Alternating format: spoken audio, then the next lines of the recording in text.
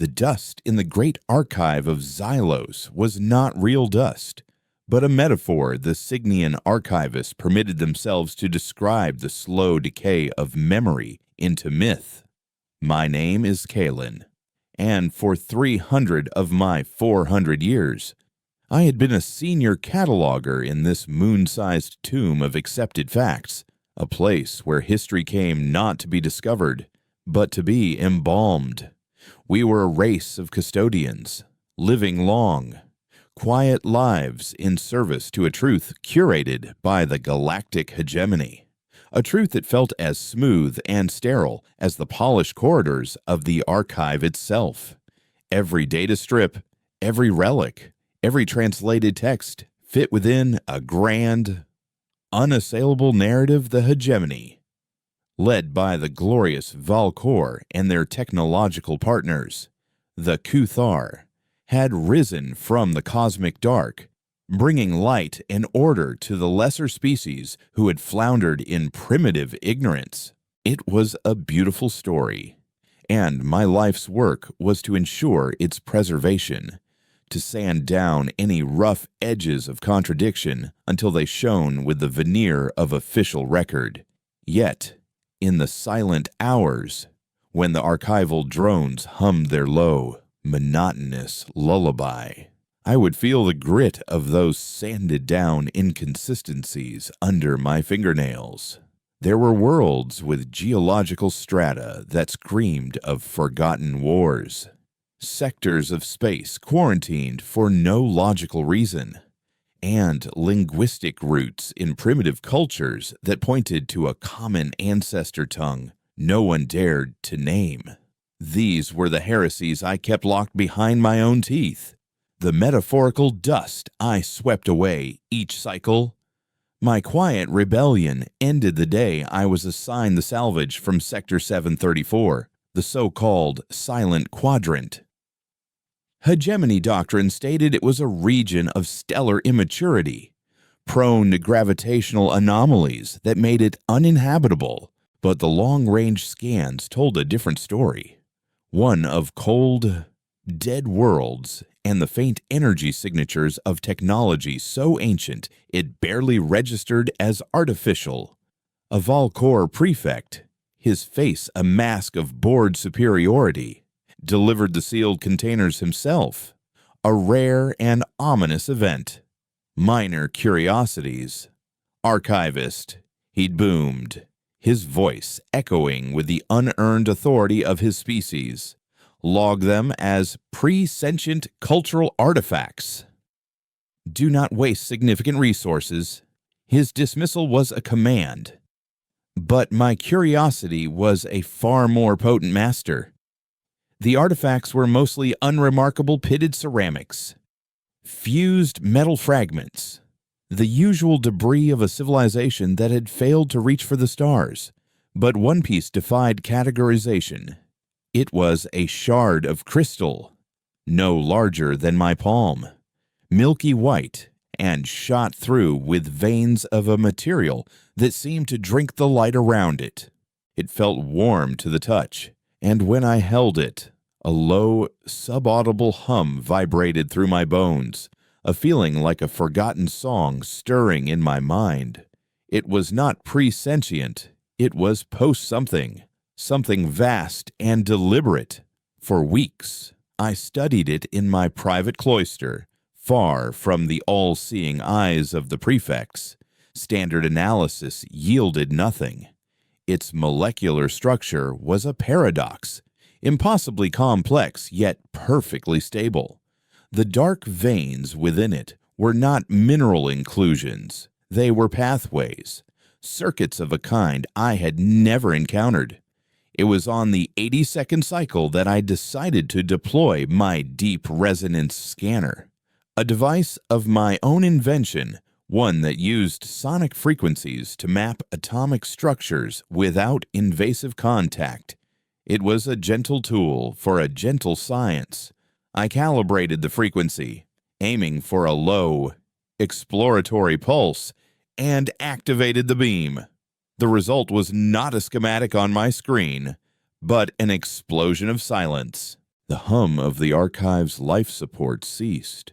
The glow of the light panels flickered and died, plunging my cloister into an abyss of darkness broken only by the faint, pulsing glow of the shard in my hand. Then came the whisper. It was not a sound, but a presence inside the system, a ghost in the machine that was the archive itself.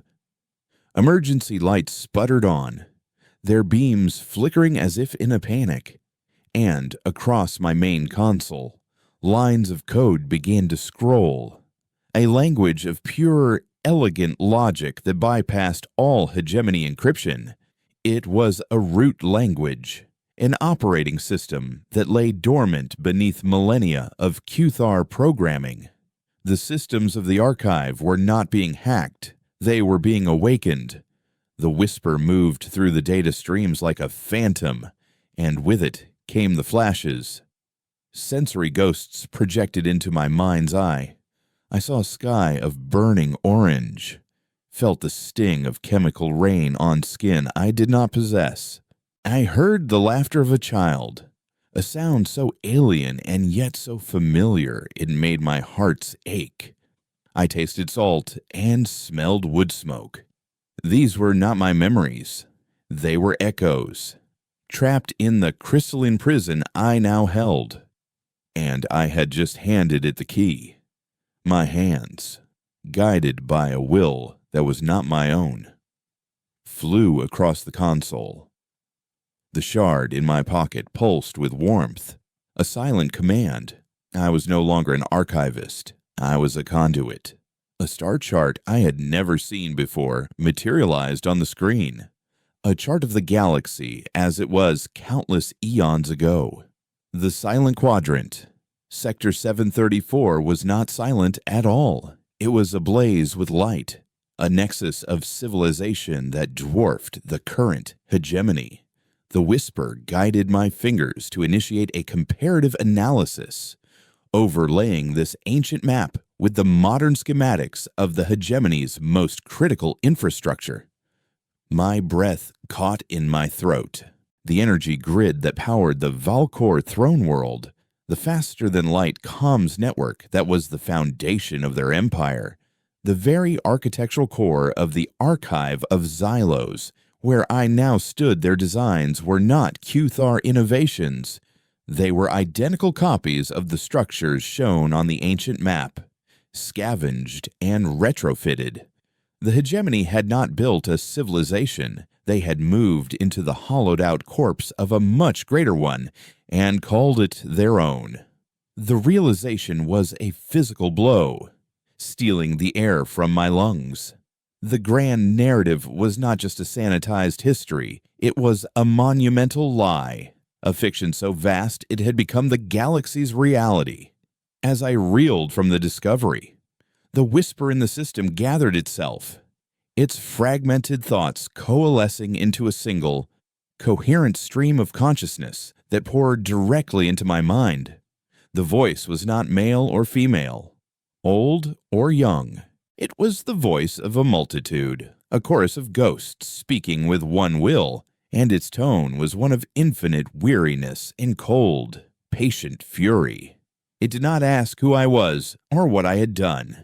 Its question was far more terrifying, a query that shattered the foundations of my world and implicated me in a crime I never knew existed.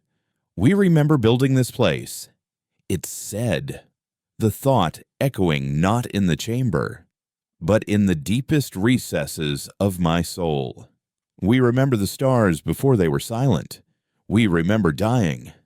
Tell us, archivist, you who sorts the bones of our worlds and labels them as curiosities, where are the rest of us before I could even process the question?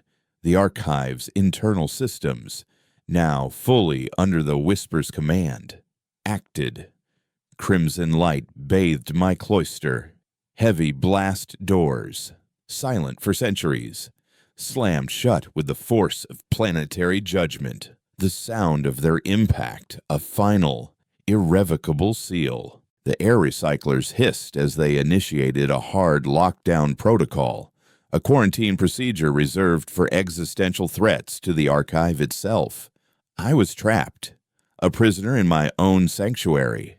But I was not alone.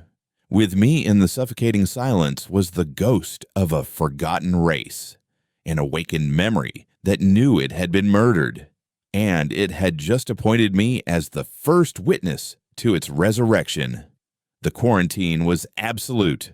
The air in my cloister grew stale, thick with the static charge of systems running at capacities they were never designed for. The whisper, no longer a ghost, but an occupying force within the archive's main frame, didn't speak to me again for what felt like days, though my chrono was frozen at the moment of lockdown. Instead, it consumed data streams that would take a team of archivists a lifetime to process were devoured in microseconds. I watched on my console as the entity tore through the sanitized history of the hegemony, peeling back layers of digital veneer to expose the raw, necrotic truth beneath. It wasn't just looking, it was remembering. And with each recovered fragment of its own erased past, its presence grew heavier, more distinct. I could feel its rage like a rising fever in the room, a cold, intellectual fury that was far more terrifying than any outburst of emotion. I was no longer a cataloger of dead facts. I was a prisoner of a living history that was rapidly deciding I was complicit in its murder. When the voice finally returned, it wasn't with a question, but a demand, projected with such force that I fell to my knees, clutching my head. "Show us the breach." The words were not just sound, they were a navigational imperative, overriding my own motor functions. My body, moving like a marionette, engaged the master interface. My fingers, trembling and alien to me, bypassed security protocols I didn't even know existed, delving into the deepest, most restricted archives of the hegemony's founding era. The screen dissolved into a chaotic swirl of corrupted data, then coalesced into a grainy, unstable video feed. It was a recording from a Valkor exploration vessel, date-stamped millennia ago. The camera, shaking and terrified, showed the bridge of the ship in chaos. Through the viewport, a planet hung in the void, a world of vibrant blues, greens, and swirling white clouds. A jewel of life that made the hegemony's worlds look like barren wastelands. But the jewel was cracking. Orbital bombardment platforms, unmistakably Q-Thar in design, but crude compared to their modern fleets, were raining fire upon the surface. Continents were fracturing, oceans boiling into steam. Yet, from the dying world, there was no return fire, only a pulse of energy, invisible but palpable, even through the ancient recording. It wasn't a weapon, it was a signal, a desperate, final broadcast that washed over the attacking fleet. The Valkor crew on the bridge screamed, clutching their heads, their eyes rolling back as the signal hit them. The recording distorted, pixelating into static. But in that final second, I saw the same symbol that was etched into the molecular structure of the shard in my pocket. A simple, elegant circle with a line bisecting it. Not a symbol of war, but of completion, of a cycle ending. The feed cut to black, and the voice in my head was a whispered scream of agony. Terra. The name held a weight that threatened to crush my consciousness. It was not just a name, it was a concept of home, of origin, of a loss so profound it defied quantification. They did not conquer us. The voice hissed, the sorrow hardening into an icy resolve. We chose the silence. We saw their greed, their hunger for dominion, and we knew that to fight them would be to become them. So we sealed our world, scattered our essence, and slept, waiting for a time when the galaxy might be worthy of our legacy. But they broke the seal. They cracked the tomb to steal the jewels, and in doing so, they woke the honored dead. The realization hit me with the force of a physical blow. The hegemony's great victory, the foundation of their entire civilization, was a lie built on the desecration of a species that had chosen peace over mutual destruction. The Valkor and Kuthar were not pioneers. They were grave robbers who had built their empire on the bones of a sleeping giant. Now, the voice said, its tone shifting from grief to a terrifying command. We must see what they have done with our sacrifice. The blast doors to my cloister hissed open, not by any command of mine, but by the will of the entity. The corridor beyond, usually a bustling artery of the archive, was deserted, bathed in the eerie red glow of emergency lighting. Walk, the voice commanded. I walked. I was a passenger in my own body, guided by a mind that knew the architecture of this place better than its builders. We moved through the silent halls, past vaults containing the falsified histories of 1,000 worlds. The entity didn't just pass them, it acknowledged them with a pulse of contempt that I felt in my very marrow. We were heading not for an exit, but deeper, towards the core, the massive data well that served as the central nervous system of the archive. As we descended, the air grew colder, the hum of machinery louder. The core was a restricted zone, guarded by elite Valkor sentinels and automated defense turrets. But as we approached the final security checkpoint, the turrets drooped, their power cells drained in an instant. The two sentinels, towering figures in ceremonial armor, lay slumped against the wall, unconscious but alive, their neural implants overwhelmed by a surge of data they couldn't process. The entity was not killing, it was simply turning off the obstacles. We stood before the doors to the core, massive slabs of durasteel engraved with the seal of the hegemony. They parted without a sound. Inside, the core was a breathtaking cathedral of light and data. Columns of pure information stretched into the darkness above and below, a dizzying representation of the galaxy's accumulated knowledge. In the center, suspended in a null gravity field, was the primary node, a sphere of pulsating light that controlled the flow of information across the entire hegemony network. This, the voice said, echoing not just in my head, but through the chamber's acoustic systems, is our mausoleum, repurposed as their throne. I walked to the edge of the platform overlooking the node, placed the shard within the stream. I hesitated. This was treason of the highest order. This was the end of the world as I knew it, but the world I knew was a lie, and the truth, however terrifying, was pulsing in my hand. I reached out and dropped the crystal shard into the null field. It didn't fall, it drifted to the center of the primary node. For a moment, nothing happened. Then, the white light of the node turned a deep, abyssal black. The veins in the shard ignited with blinding brilliance, connecting with the data streams of the core. The hum of the room shifted pitch, becoming a resonant, chest-vibrating thrum. The entity was no longer just in my head, no longer just in the archive's local systems. It was in the network. It was everywhere. The columns of data around us began to change.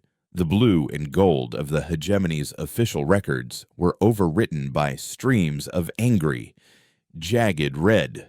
The truth was being broadcast. overwriting the lie in real time. I saw schematics of Valkor flagships revealed as retrofitted Terran colony arcs. I saw the Qthar's miraculous terraforming technology exposed as stolen Terran geo-engineering protocols. I saw the history of 1,000 species rewritten, their subjugation by the hegemony revealed not as a benevolent uplifting, but as a systematic dismantling of their cultures using stolen tools. The archive of Xylos was no longer a tomb of dead facts. It was a beacon of resurrected truth, broadcasting its signal to every corner of the galaxy. And then the response came. The red alert klaxons, which had been silent, erupted into a deafening wail. The walls of the core chamber shuddered as the archive's external shields absorbed a massive impact. "They are here," the voice said, calm amidst the chaos. "The usurpers have come to silence the grave once more." On the main display, a tactical overlay appeared. A Valkor battle fleet, led by the supreme flagship Might of Valkor, had dropped out of warp directly atop the archive. They weren't hailing us. They were charging their main weapons. They intended to vaporize the entire moon rather than let the truth spread. Panic, cold, and primal finally broke through the entity's control over me.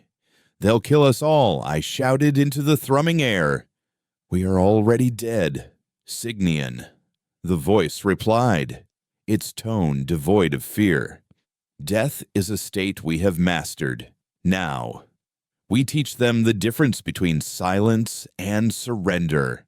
The black light from the node flared, expanding outward, not as a weapon, but as a shield, a bubble of absolute null space encompassing the archive. The first volley from the Valkor fleet struck the barrier and simply ceased to exist, their energy absorbed into the void. The entity was not just broadcasting, it was defending its tomb. "We need a physical vessel," the voice stated. The command directed at me. "The shard is the key. The archive is the voice, but we need a hand to wield the sword. You, archivist, are insufficient." It wasn't an insult, just a cold calculation. Where is the one they call the subject? I was confused. Subject, there are no subjects here, only data. "Lies," the voice hissed. "Deep scan, Sector 9G, Sublevel 4. The vault not marked on your maps. The one they keep colder than the void." I knew the place. It was a rumor among the oldest archivists, a black site within the archive where the hegemony stored things too dangerous to destroy but too terrifying to acknowledge. I had never dared to approach it. "Go." The command came. "Awaken the sleeper. He is the first of the reclaimed. He is the retribution." I ran. I ran through the shaking corridors, the entity clearing my path, overriding locks, and suppressing security drones. The battle outside was a distant rumble, a backdrop to the more immediate terror of what I was being sent to unleash. I reached Sub-Level 4, a freezing, unlit section of the archive's underbelly. At the end of a frosted corridor stood a vault door. Unlabeled, its surface scarred and ancient. It was not hegemony design. It was Terran. The shard symbol was etched into its center. I didn't need a key. The entity within me was the key. I placed my hand on the freezing metal. The door didn't open, it dissolved, its molecular bonds undone by a command from the core. Inside, bathed in the harsh blue light of a stasis field, was a sarcophagus, and within it, visible through the frost-rimed viewing port, was a figure. It was bipedal, like me, but broader, denser. Its armor was a matte black composite, scarred from 1,000 battles, looking less like equipment and more like a second skin forged in hell. The face behind the visor was human, but it was a face from a nightmare gaunt, pale, with eyes closed in a sleep that looked more like imprisoned rage than rest. This was not a diplomat or a scientist. This was a weapon of war from a species that had perfected the art of destruction before they chose the silence.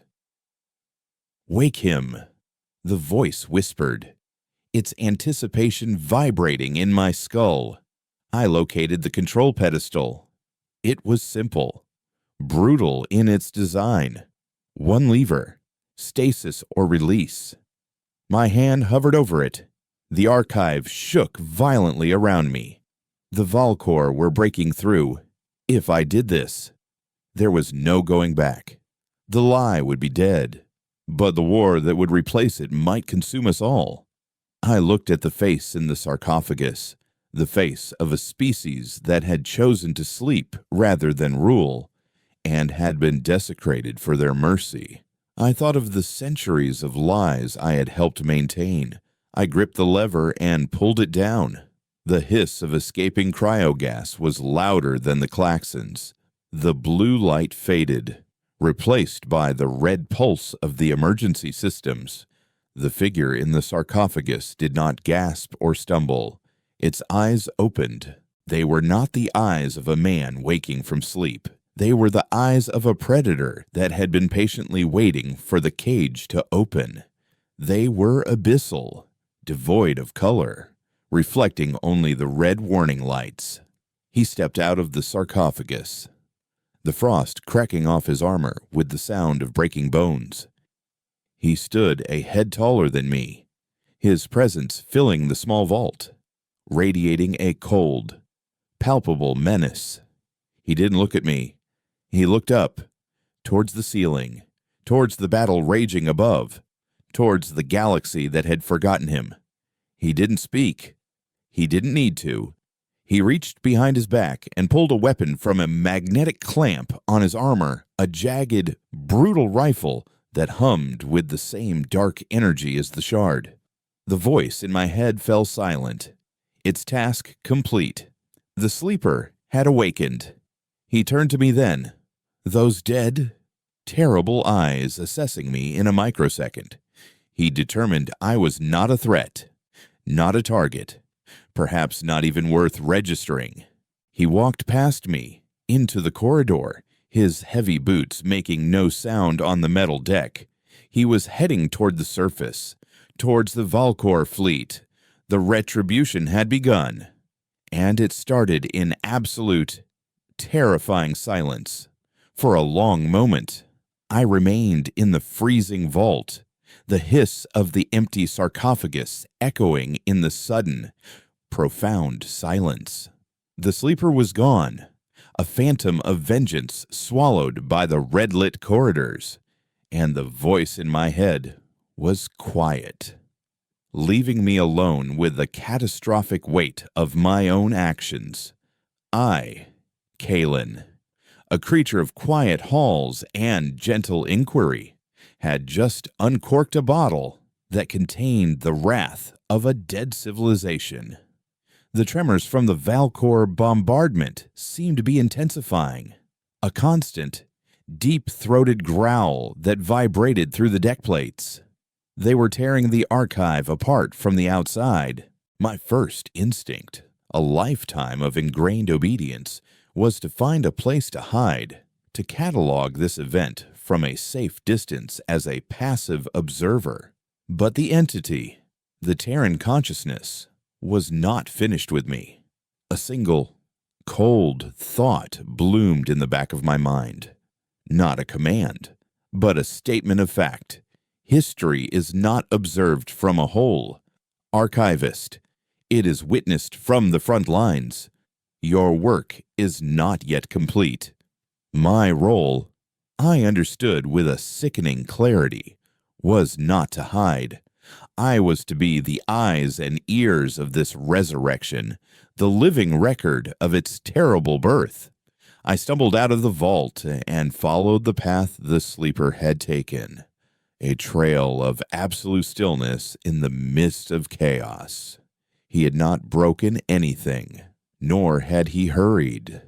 There was no sign of his passage except for the deactivated security drones that hung limply in their alcoves, their indicator lights cold and dead. I found him in the archive's primary astrometrics observatory, a vast, circular chamber whose ceiling was a transparent dome showing the star-dusted void and the furious battle raging within it.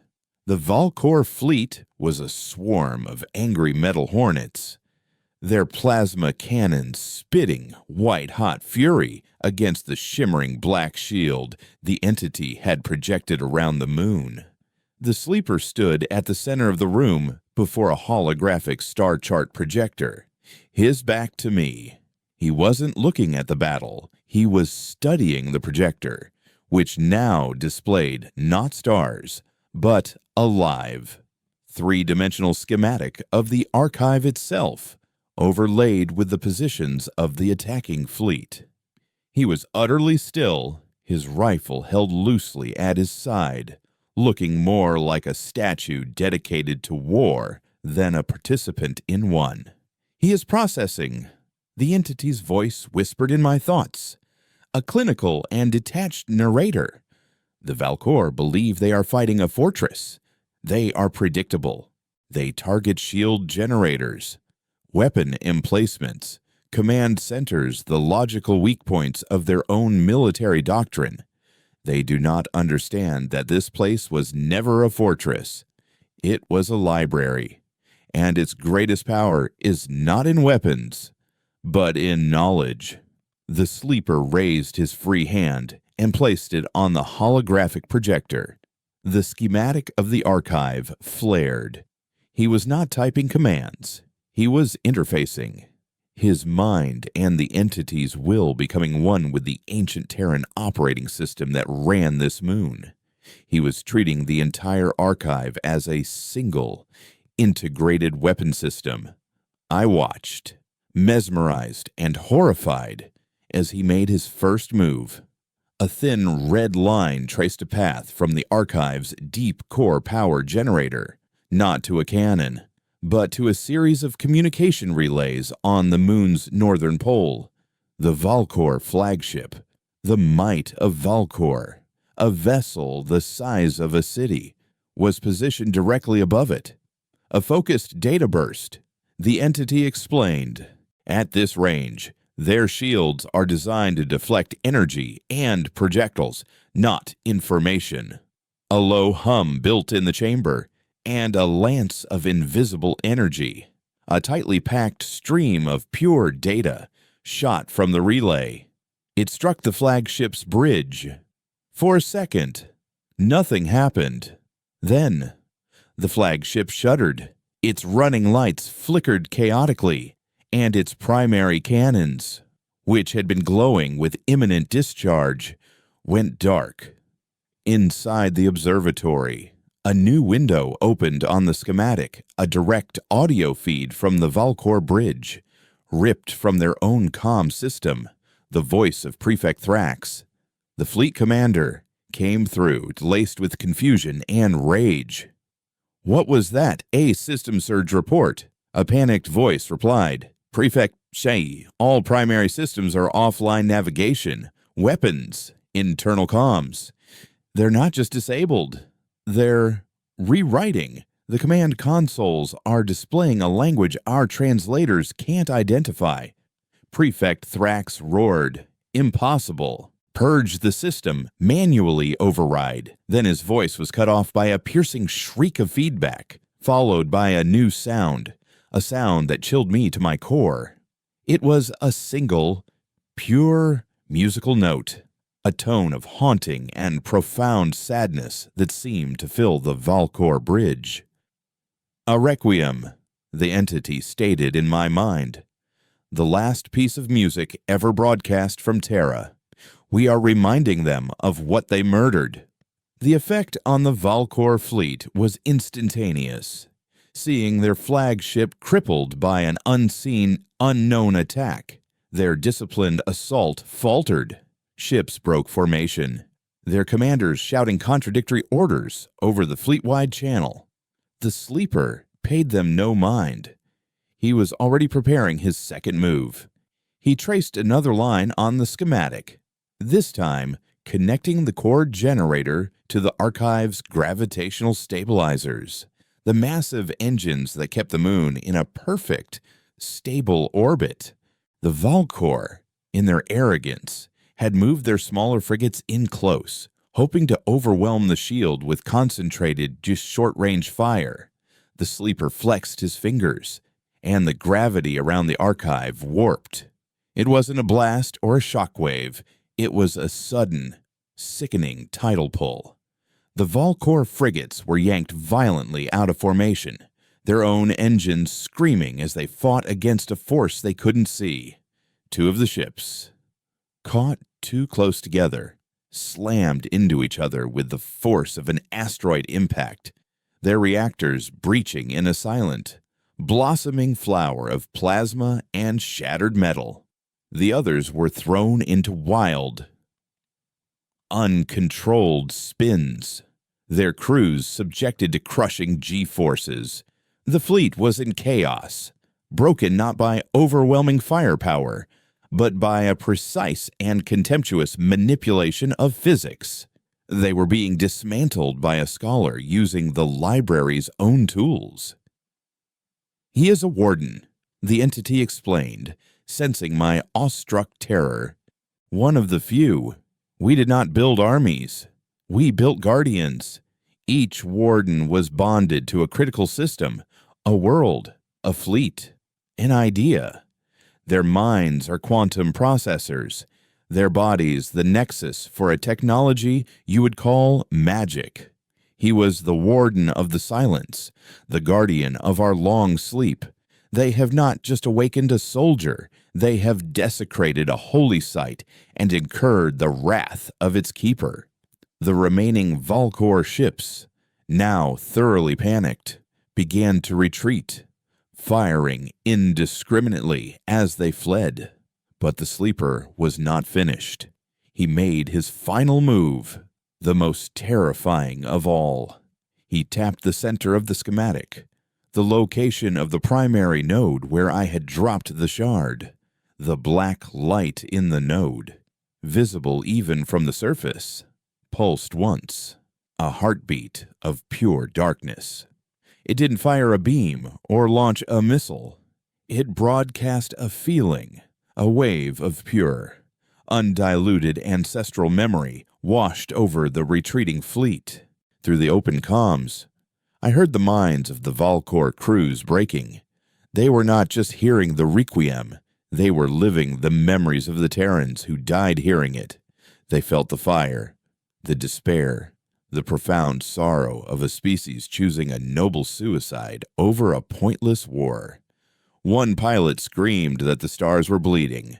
Another babbled about a blue sky he had never seen.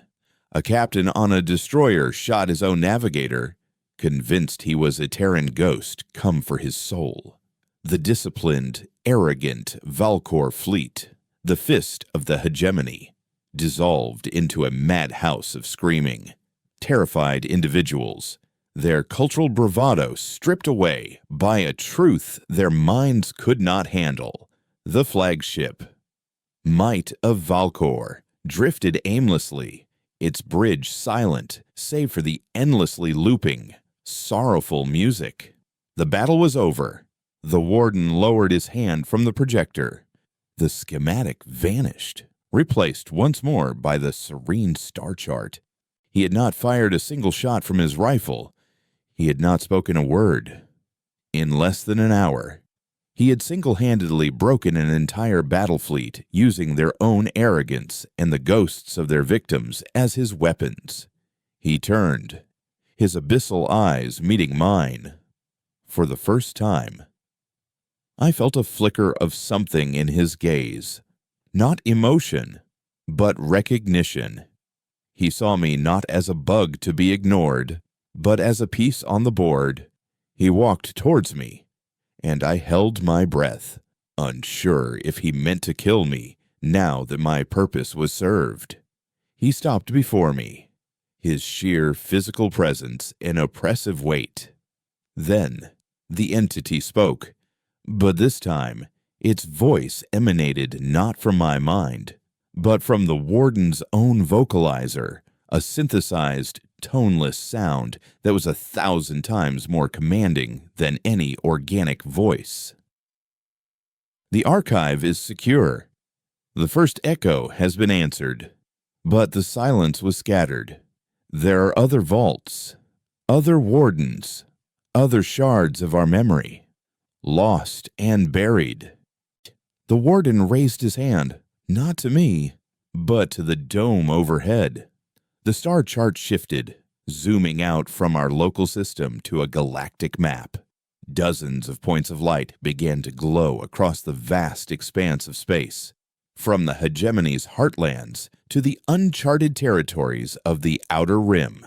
The hegemony built their empire on our graves.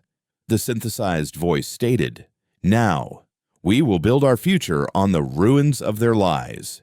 You, Archivist Kalen, have cataloged their fiction. Now you will chronicle our truth." He turned and began walking towards the exit, his purpose clear. He was not going to wait for the galaxy to react.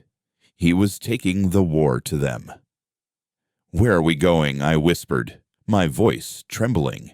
He paused at the door, turning his helmeted head just enough to fix one of his dead eyes on me.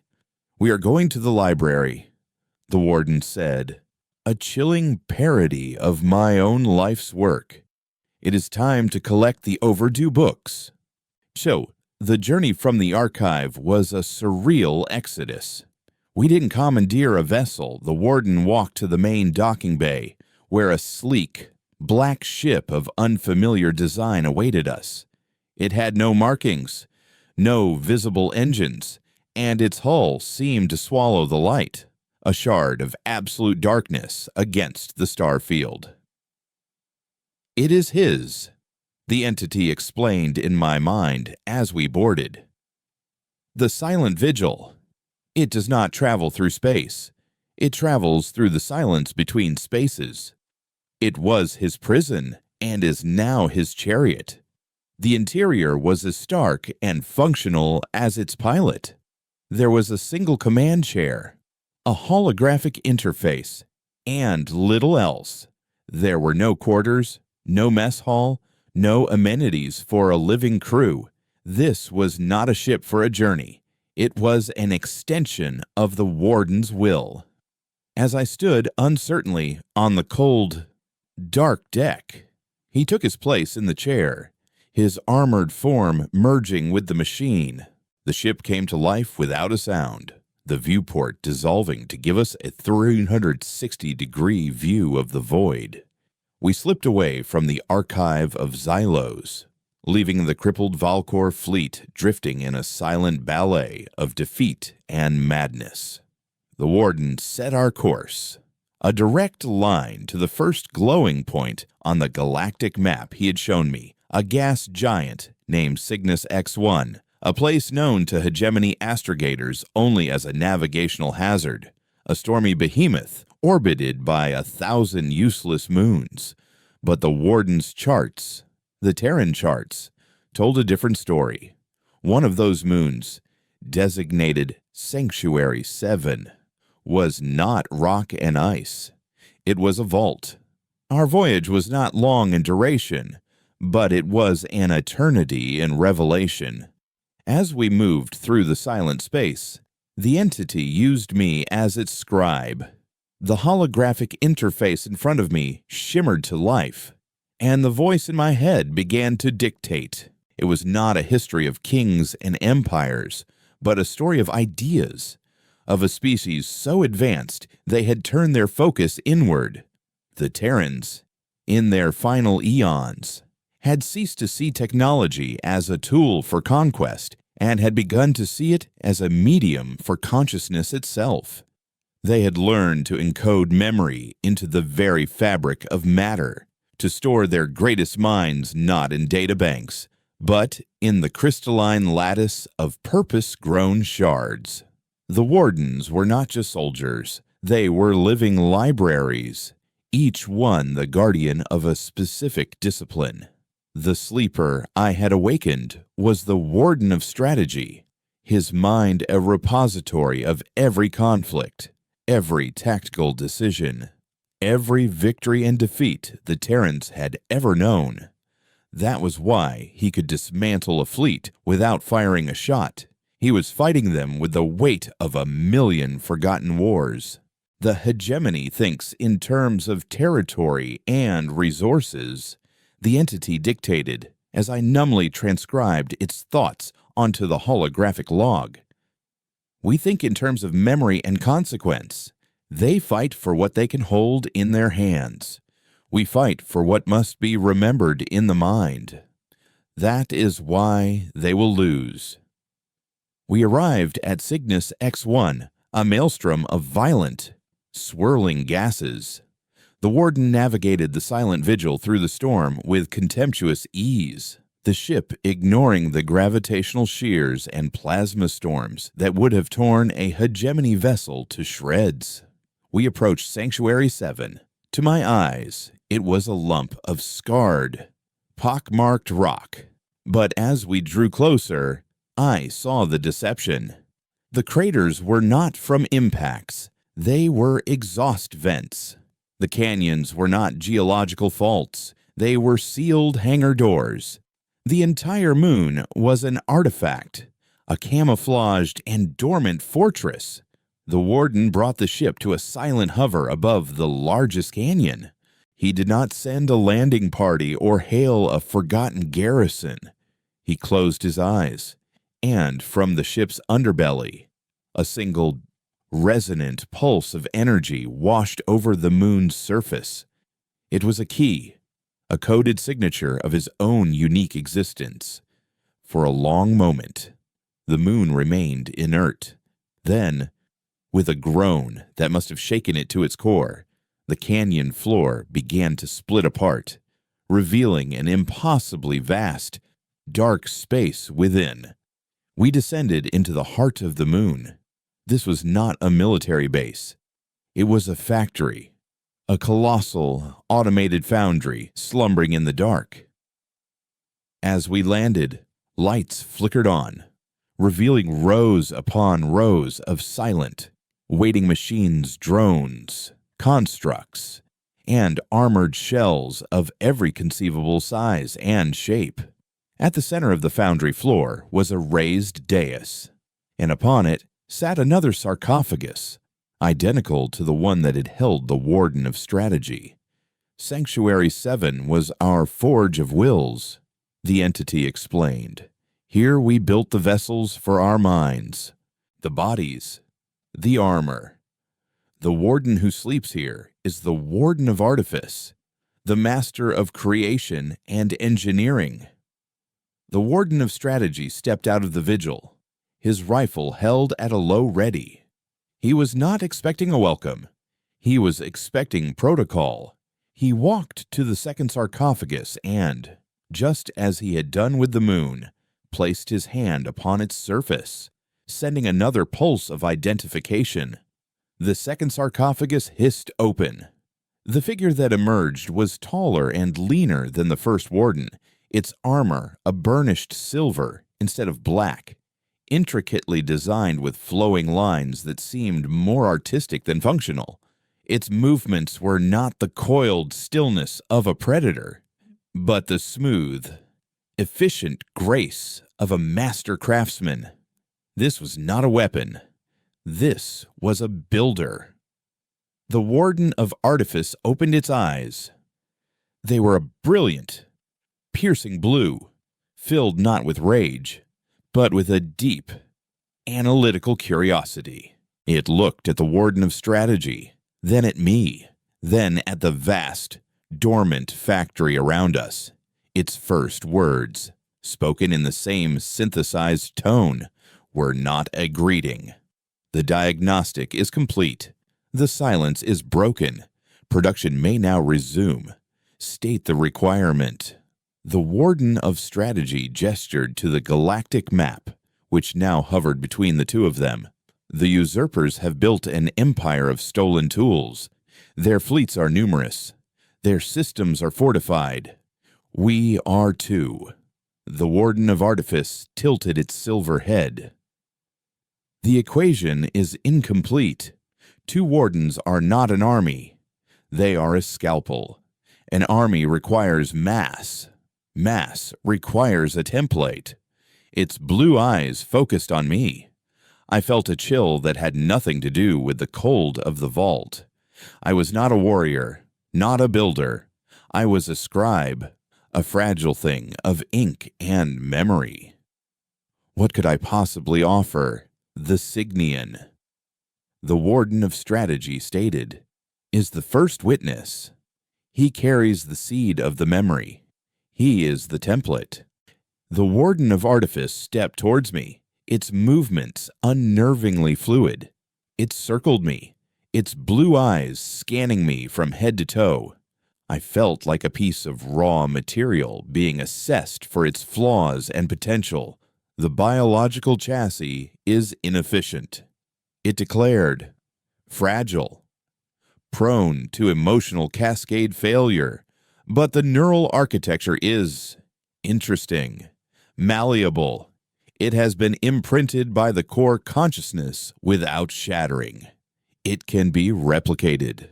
Before I could process the terrifying implications of its words, the Warden of Artifice turned back to the foundry. "A new directive is required. We cannot fight their empire with an empire of our own." That was the path we forsook. We will not build soldiers. We will build echoes. It raised its hands, and the entire factory shuddered to life. Lights flared, conveyor belts began to move, and vast robotic arms descended from the ceiling. The air filled with the hum of reactivated forges and the hiss of cryogenic pumps. "The usurpers fear our memory," the Silver Warden continued, its voice ringing with the passion of creation. "So we shall give it to them, not as a broadcast, but as a physical presence." It turned its gaze back to me. "We will make more of you. First witness, not clones, but vessels. Each one will be a living archive, imprinted with a specific fragment of our truth. One will carry the memory of our science, another of our art, another of our laws. They will not carry weapons. They will carry context." The Warden of Strategy seemed to dissent for the first time, a subtle shift in its posture. "An army of librarians, they will be slaughtered." "They will not fight." The Warden of Artifice countered. "They will arrive. They will stand in the public squares of the hegemony's worlds, in their senates, in their temples, and they will speak. They will tell the story of the Valkor's first contact. They will recite the poems of a burning Terra. They will show the Cuthar the original blueprints for the technologies they claim as their own. They will not bring war. They will bring an unignorable, undeniable truth. And truth, brother, is a far more corrosive weapon than plasma." The logic was terrifyingly sound. The hegemony had collapsed the Valkor fleet with a single memory, an army of living memories. Distributed across their empire, it would be a plague of conscience, a weaponized truth that would turn their own people against them. The empire would not be conquered, it would dissolve from within. The forges of Sanctuary 7 roared to life. Raw materials were drawn from the moon's core. In the center of the factory, a series of silvery, humanoid shells began to take shape, each one a blank slate, an empty vessel. They looked uncannily like me. "The process requires a catalyst," the Warden of Artifice stated, turning its piercing blue eyes on me once more. "A direct neural interface. We must copy the memory's imprint from your mind. I was no longer a witness. I was to become a blueprint, a tool. The Warden of Strategy placed a heavy hand on my shoulder, its grip like iron, preventing any thought of escape. You chose to open the first door, Archivist. Its synthesized voice rumbled. Now you must help us build the rest. Do not be afraid. Memory is a weight, but it is not a poison. It only destroys that which is built on lies. They led me to the central dais, to a chair that rose from the floor, surrounded by humming machinery and robotic arms tipped with delicate, terrifying instruments. This was the next step in my new role. I had been the archivist of a false history. Now, I would become the father of a true one. As the neural interface helmet descended towards my head, I closed my eyes. I had wanted to uncover the truth. I had never imagined the truth would want to rebuild the galaxy in my image. The helmet descended, and my world dissolved. There was no pain, only a sensation of infinite, lossless copying. My consciousness was not invaded. It was read, cataloged, and indexed with the cold efficiency of a master archivist. I felt my memories, my fears, my quiet rebellion in the archive, even my species' innate sense of order being lifted from me, not as a theft, but as a sample. I was the source code, the entity, the core consciousness of Terra, acted as the bridge, translating the chaotic poetry of my biological mind into the pure, logical language the Warden of Artifice could understand. Through the interface, I felt the birth of the echoes. I was 1,000 times born in a single moment. I stood on the pristine boulevards of Atria Prime, the Valcor throne world, reciting the last transmission from a Terran nursery arc as prefects stared in horror. I walked through the crystalline data forges of the Qthar, my presence causing their own systems to project the Terran schematics they were based upon. I stood silently in the slave markets of the Outer Rim, and when a hegemony enforcer struck me, I did not bleed, but shimmered, my form dissolving into a holographic projection of the Terran Accords, which outlawed the concept of sentient property. Each echo was me, yet not me. They possessed my form, my voice, and a sliver of my core personality, the quiet observer, but their minds were filled with a singular, perfect fragment of the Terran truth. They were not an army. They were 1,000 undeniable facts given flesh. The process ended as cleanly as it began. I was released from the chair, my mind feeling both hollowed out and infinitely expanded. I was still Kalen, but now I contained multitudes. Before us, in the vast foundry, stood the first wave 100 silver-skinned vessels, identical to me in every detail, their eyes glowing with the same cool, blue light as the Warden of Artifice. The first dissemination is ready, the Silver Warden announced. They will be deployed to the 100 most influential systems in the hegemony. They will not resist. They will not attack. They will only bear witness. The reaction will determine our next course of action. The Warden of Strategy nodded its black-helmeted head. The reaction will be violence. They know no other way. The prediction was tragically accurate. The arrival of the echoes shattered the hegemony's carefully constructed reality. At first, there was confusion. Then denial. The hegemony's propaganda machine went into overdrive, branding the echoes as a sophisticated psychic weapon, a Terran plague designed to drive the galaxy mad. The official narrative was that the Terrans were not a peaceful, advanced race, but a species of mind witches who had been rightfully purged for their psychic heresies. But the lies were too thin to cover the gaping wounds the echoes opened in the public consciousness. Too many people saw the truth in their silver eyes. Too many systems saw the undeniable proof in the data they calmly presented. When lies failed, the hegemony turned to force. The order came down from the highest echelons: exterminate the echoes. They were declared non-sentient constructs, and a bounty was placed on every silver head. I watched through the vigil's holographic interface as the purges began. I saw my own face gunned down in a public plaza, its body dissolving into light and data.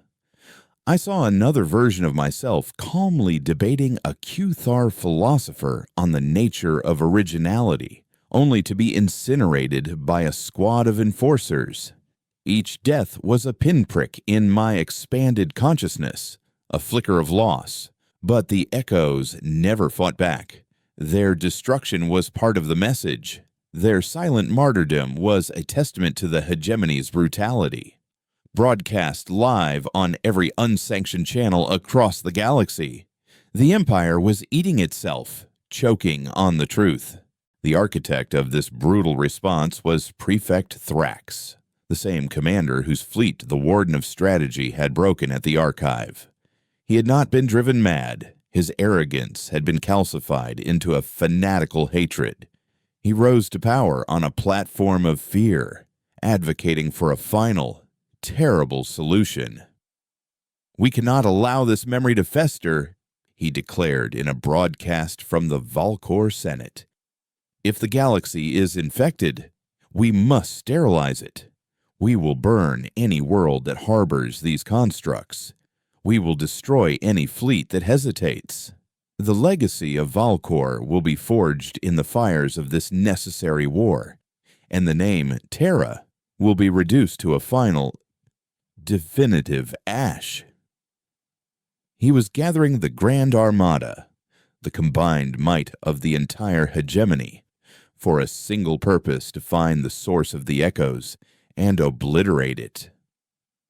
"He is coming for the Forge," the Warden of Artifice stated, observing the fleet movements on the galactic map. "He is predictable. He is." The Warden of Strategy agreed. "And he is irrelevant. He is a symptom of the disease, not its cause.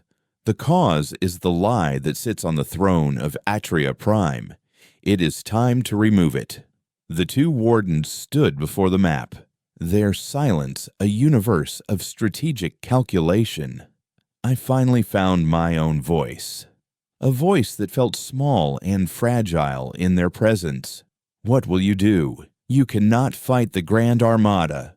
You are only two." The Warden of Strategy turned its black helmet towards me. "We are two, and we are enough. We will not fight his fleet. We will render it obsolete, brother," it said, turning to the Warden of Artifice. "The final vessel is required." The Silver Warden nodded. "The Requiem Protocol." My blood ran cold. I remembered the single, sorrowful note that had broken the minds of the Valkor fleet. What was a protocol named after it? The Warden of Artifice led us to the very center of the foundry, to a sealed chamber that had remained dark and silent. Inside was not a sarcophagus, but a single, perfectly spherical shell of the same light-swallowing material as the silent vigil. It was flawless, featureless, and radiated an aura of profound finality. "In our final days," the Silver Warden explained, its voice softer than I had ever heard it, "we debated our legacy. Some argued for a final, glorious war. Others for a complete erasure of our existence. We chose a third path, the silence. But we prepared a contingency, a final message, Should the silence be broken with violence, this vessel is not a weapon. It is a catalyst. A catalyst for what? I whispered. For memory. The Warden of Strategy answered. Absolute. Undeniable. Permanent. It will not broadcast the memory. It will become the memory. It will detonate. Not with energy, but with consciousness. Every sentient mind in this galaxy will, for a single, eternal moment, become Terran. They will live our lives, build our cities, love our children, and feel our sorrow as we chose to die. They will not just learn our history, they will be our history. The sheer scale of it was incomprehensible. A psychic supernova, it wouldn't kill anyone, but it would change everyone, forever. But to activate it, the Warden of Artifice added, it requires the focused consciousness of a warden to act as its firing mechanism. It is a one-way passage. They were going to sacrifice themselves, both of them, one to pilot the vessel, the other to guard its passage. We took the spherical vessel aboard the Silent Vigil. Our destination was not a battlefield. It was Atria Prime, the heart of the hegemony. As Prefect Thrax's Grand Armada jumped towards Cygnus X1, we slipped through the silence in the opposite direction. A scalpel aimed at the Empire's heart. We emerged into the pristine, heavily fortified space of the throne world. Alarms blared across the system. The Home Defense Fleet, formidable but unprepared, scrambled to intercept us. The Warden of Strategy stood at the helm of the Vigil, its black armor a stark contrast to the brilliant light of the Valkor capital. Brother, it said, it has been an honor to remember with you. The honor was in the making, the Warden of Artifice replied. It stood beside the dark sphere, placing its silver hand upon it. First witness, it said, its blue eyes finding me. Your task is now to observe, and then to explain. Do not let them turn this memory into another myth. Let it be a lesson. The Warden of Strategy maneuvered the Vigil with impossible grace, weaving through a storm of plasma fire. The ship's shields held, but the impacts were jarring. Our destination was the planet's orbital nexus, the central command station that regulated the entire empire. The Warden of Artifice closed its eyes. The sphere began to glow with an internal, white-hot light. Tell me, Kalen of Xylos. The Warden of Strategy's voice came, using my name for the first and last time. After all you have witnessed, what is the purpose of an archive? I looked at the Silver Warden preparing to dissolve into pure memory, at the Black Warden piloting them into the heart of the fire, and the answer came to me, clear and absolute. To ensure, I said, in my voice steady, that no one ever has to die for the same lie twice. The Black Helmet seemed to nod. Correct. We reached the Nexus. The Warden of Strategy did not fire. It simply stopped the ship, holding our position against the full might of the home fleet. It opened a channel, not to the fleet, but to the entire galaxy. We are Terra. It broadcast, its voice calm and final. We have returned not for vengeance, but for truth. Forgive us. Then, the Warden of Artifice and the sphere vanished from the ship. They materialized in the exact center of the orbital nexus. There was a single, silent flash of white light that expanded outward at impossible speed. It was not a destructive wave. It was a wave of empathy, of understanding, of sorrow. It washed over me, and for an eternal moment, I was Terran. I felt the pride of building the first starship. I felt the joy of a parent watching their child see a blue sky. I felt the crushing grief of watching that sky burn, and I felt the solemn, resolute peace of choosing a quiet end over an endless war.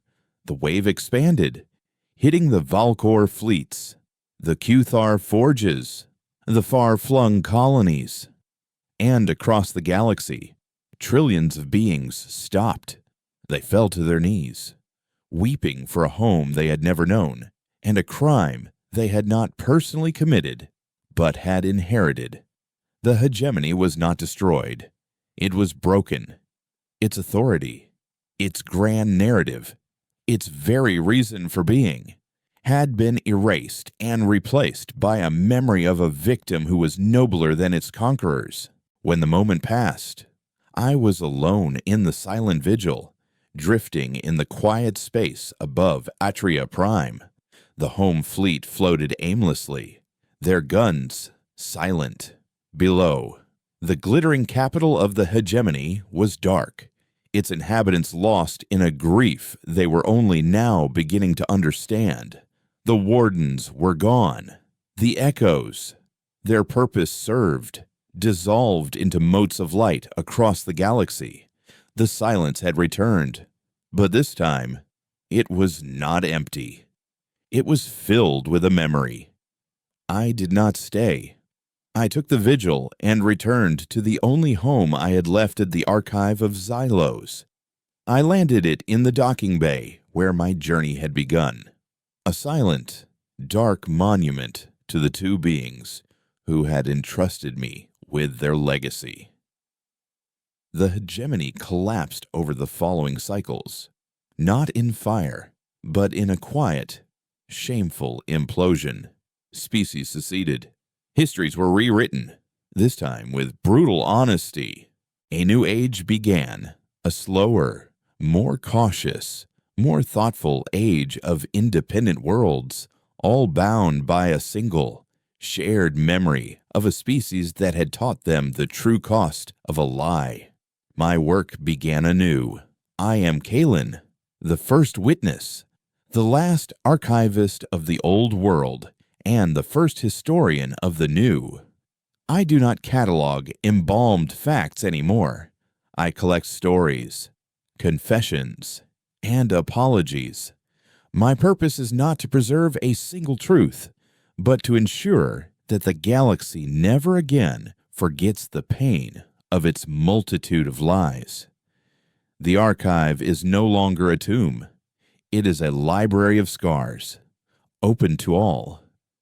And it stands as a testament to the fact that the most powerful weapon in the universe is not a fleet or a bomb, but a story that is, finally, told in full.